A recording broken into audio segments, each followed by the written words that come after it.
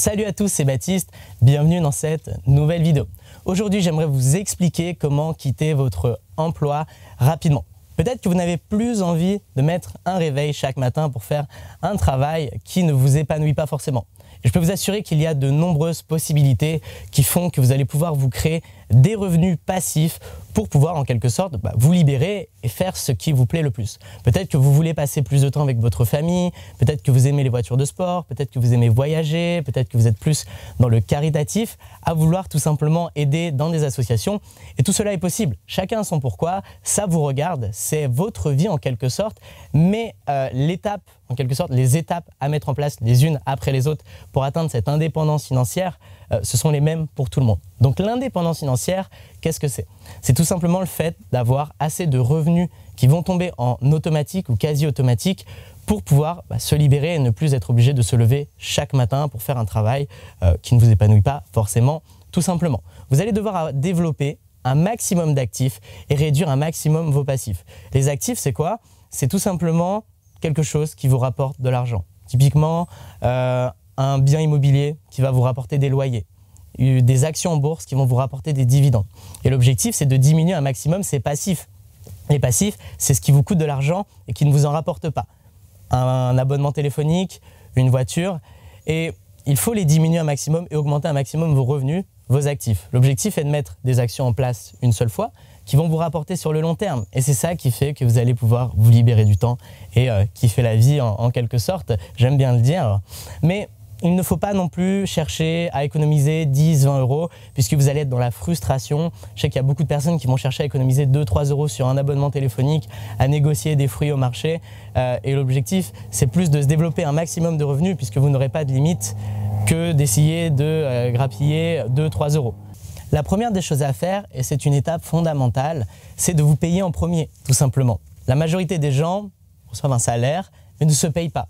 Dans le sens où ils ne vont pas épargner, c'est-à-dire mettre de l'argent de côté sur un compte qu'ils vont pouvoir soit investir, soit pour se créer un fonds de précaution, comme j'aime bien l'appeler, c'est-à-dire de l'argent de côté qui va pouvoir pallier aux différents problèmes que vous pourrez avoir dans votre vie, puisque l'objectif, c'est pas de ne pas dormir de la nuit parce qu'on a une panne de voiture ou parce qu'on a mal calculé le coût de ses meubles. Donc, l'objectif, c'est d'épargner 10 à 20% de votre salaire. Alors, c'est un petit peu en contradiction avec ce que je viens de vous dire, ne pas forcément diminuer vos dépenses mensuelles, chercher à grappiller 2-3 euros, mais le fait de mettre de côté de l'argent va vous permettre de vous créer un fonds de précaution. Et c'est la première chose que vous devez faire. Vous devez mettre 5 000 euros de côté pour pouvoir pallier aux différents problèmes que vous pourrez avoir, mal chiffrer le coût d'un meuble, avoir un problème avec votre voiture tout simplement. On a différents problèmes. On peut avoir une fuite d'eau, il y a plein de choses qui sont possibles. Donc vous pouvez très bien avoir un bien qui s'autofinance, qui dégage énormément d'excédents, que vous venez d'acheter, vous n'avez pas forcément de trésorerie de côté et avoir un problème dès le premier jour. Alors, je ne vous le souhaite pas et ça arrive très rarement, mais ça peut très bien arriver. Et si ça vous arrive, vous n'allez pas dormir de la nuit. Donc faites attention à ça, mettez de l'argent de côté, ne vous lancez pas forcément avec 0 euros, 5 000 euros, c'est très très bien. Souvent, ce qu'on dit, c'est 3 à 6 mois de revenus, 3 à 6 mois de votre salaire. Donc si vous gagnez par exemple 2 000 euros par mois, vous allez mettre 6 000 à 12 000 euros sur un compte en banque de côté pour pouvoir résoudre les différents problèmes. Et puis ensuite, cet argent, eh bien, vous allez pouvoir vous en servir pour l'investir. Alors, on va l'investir éventuellement dans de la formation, dans du coaching, mais on va aussi et surtout l'investir, par exemple, dans l'immobilier, à mettre éventuellement un petit apport et à utiliser l'effet de levier, dégager de l'argent, toucher des revenus. Ces revenus, vous allez peut-être pouvoir les réinvestir ensuite sur les marchés financiers ou dans l'immobilier. Vous pouvez ensuite mettre de côté, investir cet argent dans des actions. Donc tout est possible. Maintenant, la première étape, c'est quoi? C'est tout simplement de mettre de côté.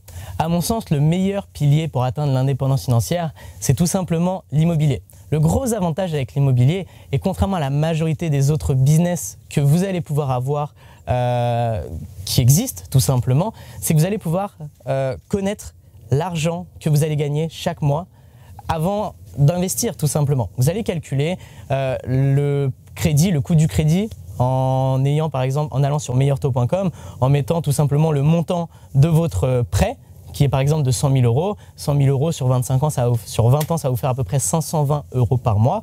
Vous allez peut-être avoir 200 euros de charge. Vous saurez, puisque vous aurez fait une très bonne étude de marché, que vous allez toucher 3 fois 400 euros puisque vous ferez de la colocation, donc 1200 euros. Vous diminuez vous faites une soustraction des charges par rapport au loyer et vous allez savoir combien vous allez pouvoir gagner tout simplement en enlevant toutes les charges et le crédit. Et c'est le gros avantage de l'immobilier. Maintenant, il faut faire une bonne étude de marché, savoir l'attrait d'un quartier, la demande éventuellement, connaître votre cible ensuite. Ensuite, faire des visites, faire des offres, négocier un maximum pour diminuer le prix du bien. Déjà, pour avoir un crédit le plus bas possible, l'objectif c'est d'avoir une petite mensualité et le crédit c'est la charge qui est, la plus facilement modulable. Vous allez pouvoir diminuer le crédit par 2 si vous négociez de 50% le prix du bien. Vous n'allez pas pouvoir faire ça avec la taxe foncière ou les charges de copropriété par exemple. Donc ça c'est le gros avantage. Et puis la plus-value qu'il va avoir. Une fois que vous avez fait une offre, que vous avez trouvé un bon vendeur, vous allez devoir trouver un financement. Et pour trouver un financement, vous allez devoir demander à votre banquier de vous prêter. Donc l'objectif c'est d'acheter le bien en dessous du prix du marché pour montrer à votre banquier que vous savez investir et aussi et surtout d'avoir un bien qui génère de l'excédent. Un cash flow positif, on appelle ça, c'est le fait d'avoir de l'argent, un excédent du loyer qu'il reste après paiement de toutes les charges. Admettons que vous touchez 1500 euros de loyer, que vous avez 500 euros de crédit, 400 euros de charges en comptant les taxes foncières, les charges de copro et tout ça, vous allez avoir un cash flow de 1500 moins toutes ces charges. D'accord? Donc c'est très très simple l'immobilier. En réalité, il faut simplement savoir comment faire une étude de marché, comment obtenir un financement et tout ça, ça s'apprend bien entendu. Et c'est ce que je vous apprends dans cette chaîne YouTube d'ailleurs. Le plus important est de respecter la loi de Pareto ou la loi 20-80.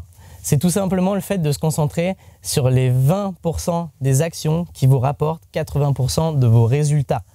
Je m'explique. Vous allez devoir mettre en place des choses une fois qui vont vous rapporter sur le long terme. Typiquement, l'immobilier, vous faites des visites une fois, une étude de marché une fois, vous obtenez une fois un financement, vous mettez en place une fois des locataires, même s'il y a un peu de turnover, vous en remettez, c'est pas un problème.